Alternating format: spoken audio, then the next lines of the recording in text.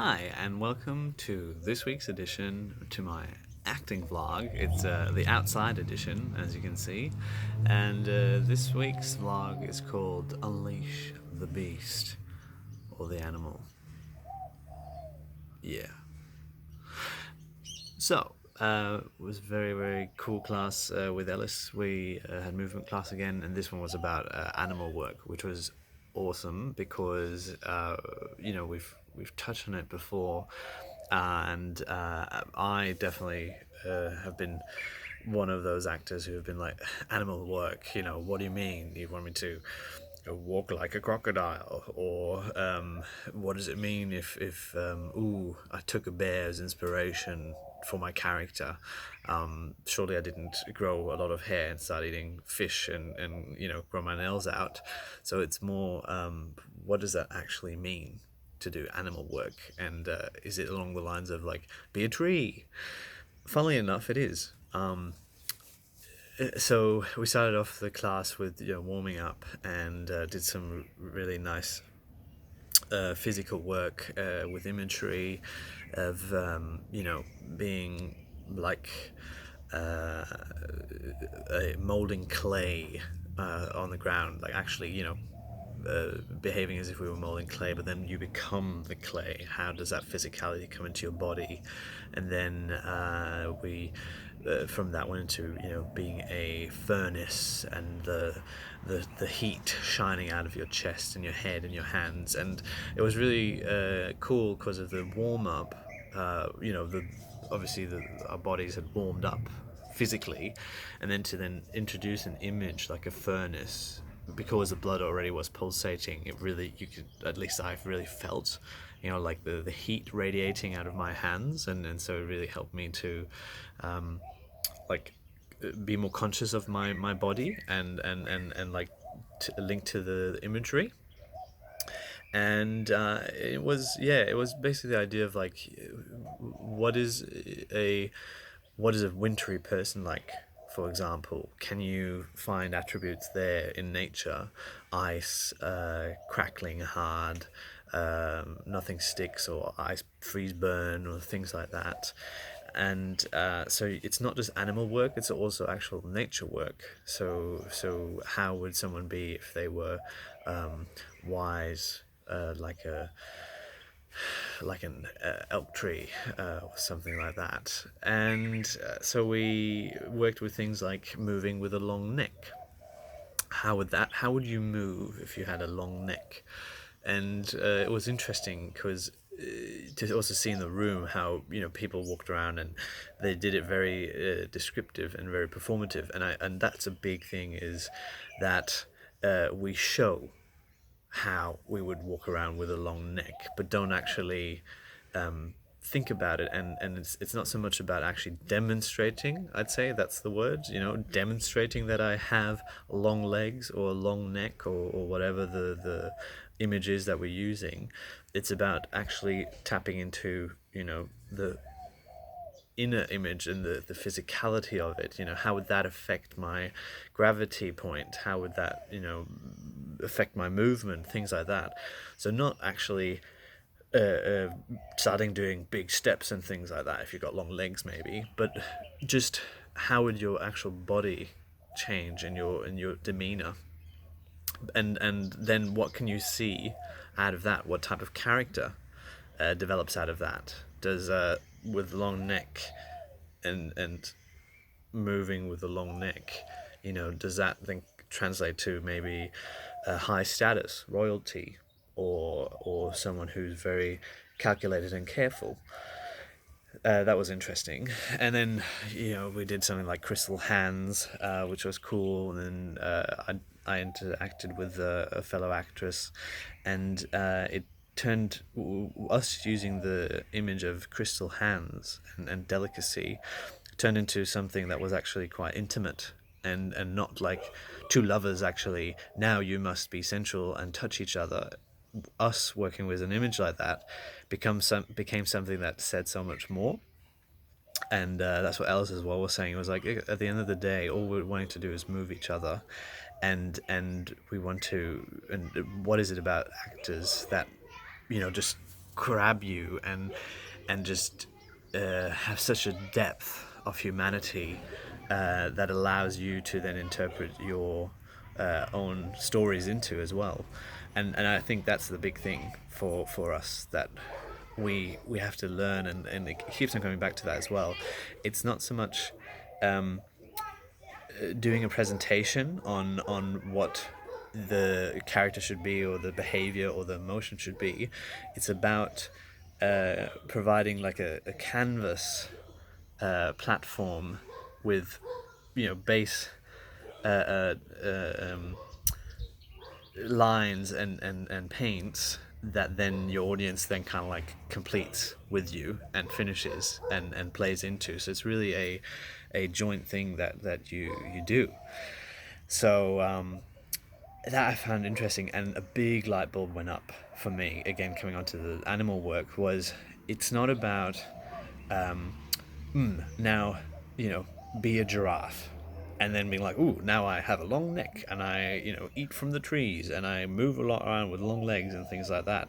It's about finding an attribute or attributes of the animal, and then bringing that back to yourself. So what I realized when we were working with, move as you would with a long neck or long legs, that worked for me because I was going directly from myself as Tristan, and using my own physicality. But when Ellis then did a similar thing or the same thing and was like, now think of a giraffe, bring up the image of a giraffe, how would you move with an image of a giraffe? And that took it outside of myself, and I couldn't link to that. I couldn't dock with that.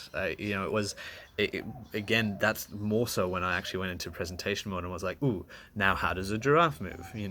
I was not able to lay that onto my own physicality.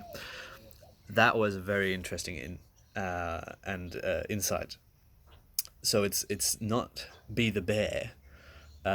It's what physical attributes, what behavior do they demonstrate that you can then bring up and use. So the bear, maybe the weight, the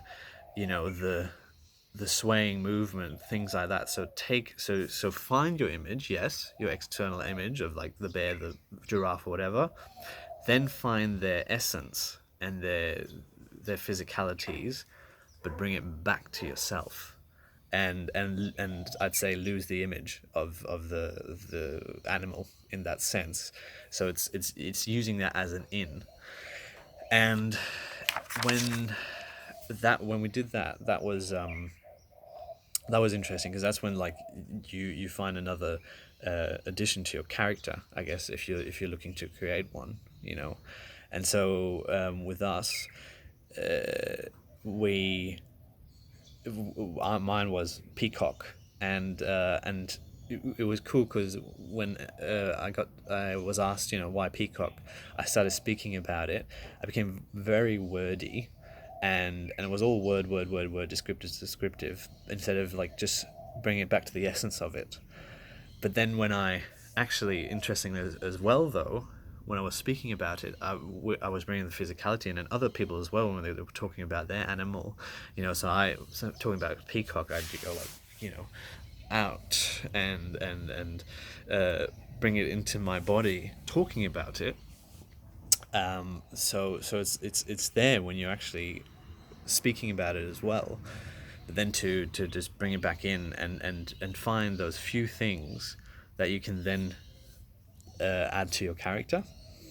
So that was, definitely a great insight. So basically, going from yourself and having external stimuli, maybe. So we also were doing, instead of just listen intently, giving yourself actually something to listen for, right? So listen for pin drop. You actually have something that you're focusing on, and not just like, I'm listening to nothing. Actually give yourself something.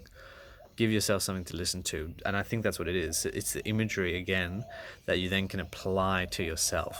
So it's two different things. It's create imagery, which like the furnace and things like that really have vivid imagery, and I feel it's similar to things I've learned before with like Buto Fu, where it's having like an image in a story play behind your eyes, so like a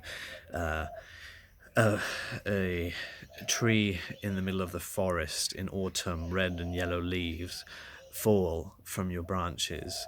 They land on the earth and turn into dust that flies away, and all that kind of like you have to go behind your eyes and see how does that translate. So it's a lot like that. Be a praying mantis dancing on a piece of paper. And so it's like that. It's like that's what it is. It's like image work, animal work, all those things, bringing it back then to yourself, and applying it. I really liked it, and I think there's a lot there. Like I started shooting a short film, and long story short, in it the someone it's gets like taken away, so like they get taken away by aliens or something, and my character actually like witnesses it and sees them being levitate and being dragged away, and then they are in a prison cell for interrogation. And the director was saying, like, oh, just lay on the bed and then you get up when the prison guard takes you out. And there was a window, and I kind of like thought, well, it'd be really interesting to bring that physicality back, and how would that be? How would that levitating? How would that feel like if you were so light that you could just glide?